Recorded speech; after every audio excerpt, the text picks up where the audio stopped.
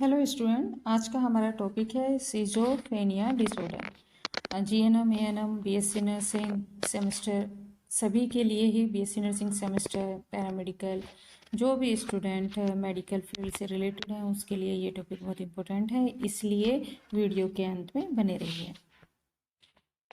Schizophrenia बहुत ही easy तरीके से बनाई गई स्लाइड से, जिसको आप अच्छे से अंडरस्टैंड कर सकते हैं और अपने एग्ज़ाम में लिख भी सकते हैं कि सिजोफ्रेनिया। सबसे पहले हमें पता होना चाहिए कि सिजोफ्रेनिया जो वर्ड है वो किसने कॉइन किया है, किसने हमें इसके बारे में बताया है। तो वो हैं यूगेन ब्लोर, जिन्होंने 1908 में, साइकेट्रिक्स थे यूगेन ब्लोर, 1908 में हमें ये बताया था कि सिजोफ्रेनिया भी एक डिसऑर्डर है। सिजोफ्रेनिया जो डिसऑर्डर है, इस टर्म को ग्रीक वर्ड से आया है। ये दो वर्ड को मिला के एक सिंगल वर्ड बना है, जिसको बोलते हैं कीजो। कीजो मतलब स्प्लिट एंड फ्रेन, फ्रेन मतलब माइंड। स्प्लिट मतलब जब कोई चीज़ बिखरी हुई हो, और इस तरह का माइंड जो बिखरा हुआ है, बिखरी हुई अवस्था में है, उसको सिजोफ्रेनिया या स्कीजोफ्रेनिया कहते हैं। Next, schizophrenia is a chronic and severe mental disorder that affect how a person think, feel, and behave.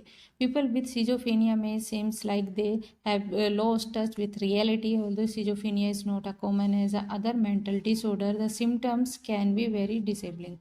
तो सिजोफ्रेनिया एक क्रोनिक और सीवियर मेंटल डिसऑर्डर है, जिसमें पर्सन कैसे थिंक कर रहा है, फील कर रहा है, बिहेव कर रहा है, यही तीनों की तीनों चीज़ें क्या हैं, उसकी अफेक्ट हो जाती हैं। और जो पर्सन जो होते हैं वो वर्ल्ड ऑफ रियलिटी से, कि एक्चुअल में वर्ल्ड में क्या चल रहा है, उससे उनका टच ख़त्म हो जाता है। मतलब रियलिटी जो वर्ल्ड में चल रही है उससे उनका टच ख़त्म हो जाता है। और सिजोफ्रेनिया जो है बाकी मेंटल डिसऑर्डर्स की तरह हम ये नहीं कह सकते कि कॉमन मेंटल डिसऑर्डर है। ये एक सीवियर मेंटल डिसऑर्डर में आता है, क्योंकि इसके साथ साथ पर्सन के अंदर डिसेबलिंग भी डेवलप हो जाती है।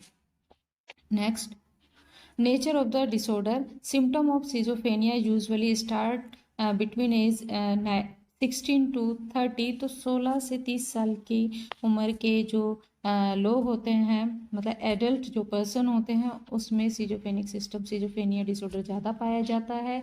बहुत से ही कम केसेस में देखा गया, रेयर केसेस में देखा गया है कि एक आध बच्चा है उसके अंदर सिजोफ्रेनिया पाया गया हो। और स्टडी ये शो करती हैं कि ज़्यादातर जो स्टडी इंडिकेट करती हैं कि जो अर्लियर जो सिम्टम जो होते हैं कंपैरिजन टू वुमेन, मतलब मैन में ज़्यादा पाए जाते हैं। मेल जो पर्सन होते हैं, ज़्यादा उनके अंदर सिजोफ्रेनिक सिम्टम, अर्ली वाले सिम्टम दिखाई देते हैं। The pattern of development of schizophrenia can be viewed in 4 phases. अब जो पैटर्न है इसका सिजोफ्रेनिया का डेवलप होने का, उसको हम 4 फेजेस में डिवाइड करते हैं। उन फेजेस के बारे में आप नेक्स्ट स्लाइड में देखेंगे। फर्स्ट फेज आता है इसमें the pre morbid phase, second है द प्रोडोमिनल फेज, और थर्ड हमारा सिजोफ्रेनिया या psychotic active phase, and phase fourth है हमारा residual phase. Pre morbid phase, first phase की अगर हम बात करें तो प्री मोर्बिड फेज वो वाला फेज होता है, क्योंकि जो भी साइकेट्रिक डिसऑर्डर होता है उसके लिए 6 मंथ की हिस्ट्री होनी चाहिए। लेकिन प्री मोर्बिड फेज जो है 6 मंथ से भी पहले 6 मंथ की हिस्ट्री पेशेंट की होनी चाहिए। यानी 6 मंथ की हिस्ट्री तो होनी चाहिए, लेकिन उससे भी पहले 6 मंथ की हिस्ट्री होनी चाहिए। प्री मतलब पहले, मोर्बिड मतलब किसी भी डिजीज़ का, ठीक है। तो मोर्बिड मतलब डिजीज़, तो डिजीज़ जो डिसऑर्डर है उसका प्री जो फेज होता है, ठीक, उसकी हिस्ट्री होनी चाहिए कि ऐसे कुछ ना कुछ सिजोफ्रेनिक सिम्टम इनको इतने दिनों में देखने को मिले थे, ठीक। फिर प्रोडोमिनल फेज वही वाला फेज होता है जिसमें 6 मंथ की हिस्ट्री होती है। तो पहली जो प्री मोर्बिड जो फेज था वो कौन सा फेज था, जिसमें 6 मंथ से भी पहले 6 मंथ की हिस्ट्री थी। और प्रोडोमिनल फेज वो वाला फेज है जिसमें कि 6 मंथ की हिस्ट्री है। थर्ड फेज आता है सिजोफ्रेनिया फेज या साइकोटिक या एक्टिव फेज, जिसमें पेशेंट कंप्लीटली सिजोफ्रेनिक है, उसके अंदर सिजोफ्रेनिया के सिम्टम हैं, और ये सिजोफ्रेनिक वाला फेज है जो पूरे नेगेटिव एंड पॉजिटिव सिम्टम के साथ पेशेंट के दिखते हैं। और फिर आता है रेजिडुअल फेज, इसके बारे में देखेंगे हम लोग। फोर्थ फेज आता है हमारा रेजिडुअल फेज। रेजिडुअल फेज का मतलब ये होता है कि बचा कुचा, हिंदी में कह सकते हैं बचा कुचा फेज।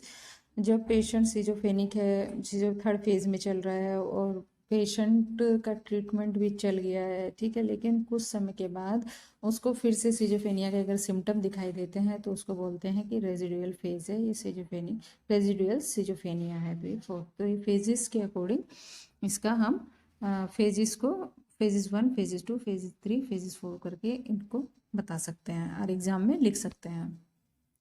नेक्स्ट आता है हमारा सिम्टम, और सिम्टम जो है पॉजिटिव सिम्टम और नेगेटिव सिम्टम, दो तरह के सिम्टम होते हैं। और जो पॉजिटिव सिम्टम होते हैं इसमें अगर ट्रीटमेंट दिया जाए तो पेशेंट ठीक होता है और उसका रिस्पॉन्स भी ठीक आता है, या काफ़ी हद तक पेशेंट में इम्प्रूवमेंट ज़्यादा देखने को मिलती है।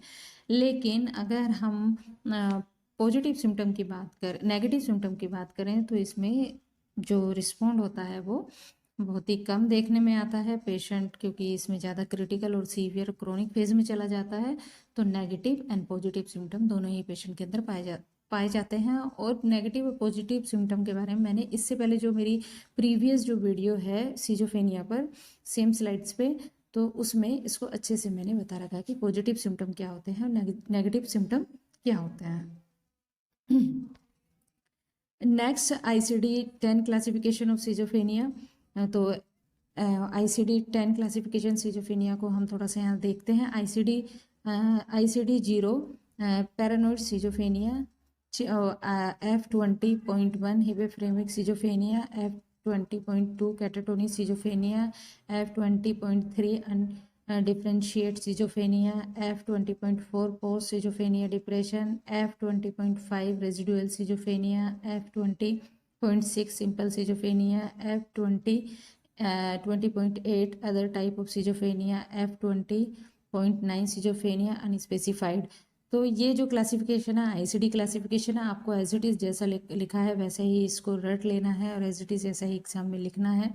और इसका जो ब्रीफ जो एक्सप्लेनेशन है उसको अच्छे से मैंने अपनी जो प्रीवियस सिजोफेनिया की जो PPT शेयर की है अपने यूट्यूब चैनल पे, उसमें एक एक के बारे में अच्छे से बताया हुआ है। तो आप मेरे चैनल में जाके उस वीडियो को सर्च कर सकते हैं और सिजोफेनिया के बारे में अच्छे से ICD-10 क्लासिफिकेशन को, टाइप्स को वहाँ से देख के समझ सकते हैं, पढ़ सकते हैं और एग्जाम में लिख सकते हैं। अब ट्रीटमेंट की अगर बात की जाए सिजोफेनिया की, तो अकॉर्डिंग टू जितने भी साइकेट्रिक्स हैं उनके अनुसार ये है कि मोस्ट इफेक्टिव जो ट्रीटमेंट है सिजोफेनिया का कॉम्बिनेशन होना चाहिए। किस चीज़ का? मेडिकेशन भी देना है, साइको सोशल इंटरवेंशन भी करना है, हॉस्पिटलाइजेशन भी है और ECT थेरेपी भी है अगर पेशेंट नहीं ठीक होता है। तो चारों चीज़ों को मिलाकर पेशेंट का क्या है, ट्रीटमेंट होना चाहिए। तो मोस्ट कॉमन जो मेडिकेशन जो सिजोफेनिया में यूज़ की जाती है वो होलोपेरिड्रोल है। ये हॉस्पिटल में मेनली सेरेनेक्स नेम के इंजेक्शन से मिल जाता है। छोटा सा एम्पूल होता है 1 ml का, एंटीसाइकोटिक की ड्रग होती है सिजोफेनिया को ठीक करने के लिए, लॉन्ग लास्टिंग है, काफ़ी वीक तक इसका क्या रहता है, असर रहता है हेलोपेरिड्रोल। ओलोनाज़ेपाम है, जाइप्रेक्स नाम से मिलता है, ये वाला मेडिकेशन टैबलेट्स आती हैं। और इससे क्या है, नेगेटिव जो सिम्टम जो सिजोफेनिया के होते हैं वो सारे के सारे इससे ट्रीट हो जाते हैं। लेकिन इसका रिस्क जो होता है, पेशेंट ज़्यादा वेट गेन कर लेता है और डायबिटिक भी हो जाता है, ये इसका कॉन्ट्राइंडिकेशन है। ऐसे ही क्लोनाजीपाम है, कुडिपेन है। क्लोनाजीपाम क्लोराजील नाम से आती है, जिसमें पेशेंट के जो सुसाइडल जो थॉट्स आते हैं, जिसमें वो सुसाइड करना चाहता है उसको रिड्यूस करता है। और साथ साथ में इसके रिस्क यही है कि इससे वेट गेन हो जाता है और पेशेंट डायबिटिक हो जाता है। और क्यूडिपिन जो सिरोक्यूल नाम से आती है, इससे रिस्क है वेट गेन और डायबिटिक का, लेकिन ये जो है क्लोनाजीपाम और ओलोनाजीपाम से लोअर रिस्क होता है कि पेशेंट वेट गेन करे या डायबिटिक हो। तो कॉन्ट्राइंडिकेशन इसका कम पाया जाता है बाकी दोनों कंपैरिजन में, बाकी दोनों ड्रग्स के। नेक्स्ट ऐसे रिस्पेरिडोन है। रिस्पेरिडोन जो है ये भी less sedative than other atypical antipsychotic है। इसमें पेशेंट वेट गेन कर लेता है, डायबिटीज़ होने के भी पूरे चांसेस होते हैं, लेकिन लेस क्लोनाजीपाम और ओलोनाजीपाम से लेस होता है। फिर नेक्स्ट आता है जिप्रासिडोन, जिसे जोडोन नाम से भी मिलता है, सेम इसका भी है, लेकिन थोड़ा सा एटिपिकल साइकोटिक है और इसमें कार्डियक एरिथीमिया, इट में कंट्रीब्यूट टू कार्डियक एरिथीमिया, ये देखने में इसमें मिलता है। मतलब इसका ये साइड इफेक्ट है जिप्रासिडोन का। साइको सोशल इंटरवेंशन की अगर हम बात करें तो इसमें इंडिविजुअल थेरेपी है, पेशेंट को अलग से एक कमरे में बैठा के और उसकी काउंसलिंग कर सकते हैं, जिसमें जो थेरेपीज जो होते हैं पेशेंट से इंडिविजुअली बात करते हैं। सोशल स्किल ट्रेनिंग होती है, फैमिली थेरेपी में फैमिली में रखा जाता है, वोकेशनल रिहेबिलिटेशन, सपोर्टेड एम्प्लॉयमेंट, ये सारी साइको सोशल इंटरवेंशन पेशेंट के साथ थेरेपीज यूज़ की जाती हैं।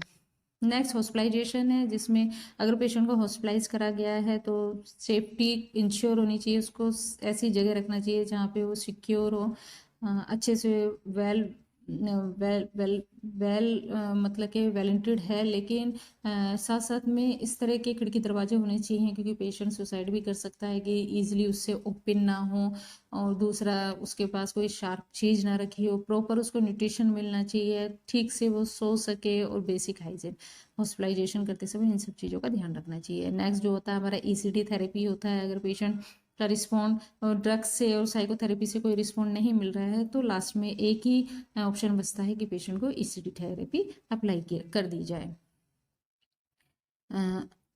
इस तरह से ईसीटी का अगर हम शॉर्ट नोट्स भी तैयार कर लेते हैं तो हमें अच्छे से पता चल जाता है कि ईसीटी को हमें कैसे एग्जाम में लिखना है। आई होप आप आज की वीडियो आपको अच्छी लगी होगी। Thanks for watching.